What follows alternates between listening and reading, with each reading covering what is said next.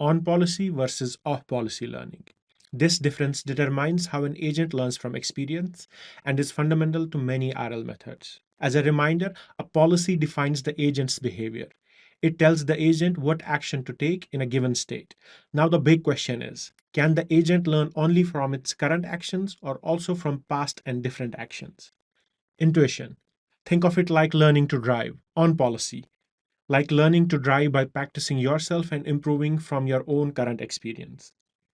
Off policy, like watching recordings of many drivers, including yourself, and learning from all of them. This is at the heart of on policy versus off policy learning.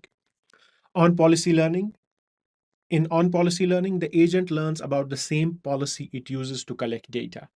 The behavior policy used to explore and the target policy that is being improved are the same.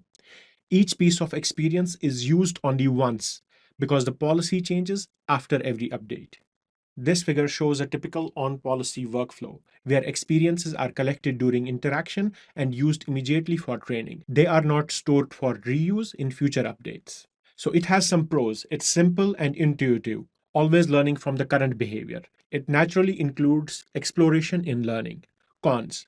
It's less sample efficient. We need fresh data for each update. It can be slower to converge in large or complex environments.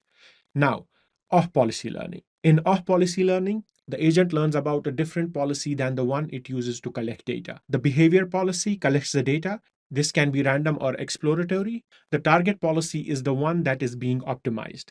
Past experiences can be reused many times, often with tools like replay buffer. We'll study replay buffer in detail later. This figure shows a typical off-policy workflow where experiences are collected and stored in a replay buffer. This buffer allows the agent to reuse past experiences for training, improving sample efficiency. It has pros. It's more sample efficient because we can reuse older experiences. It can learn optimal behavior while still exploring widely. It also has cons. The cons are it can be trickier to stabilize.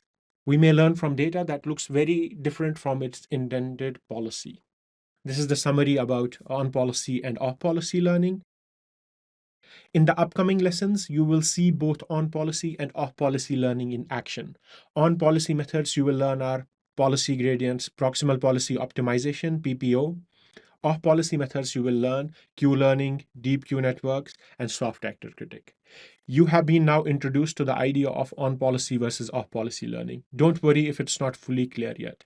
As we go through each method, you will build a much deeper understanding.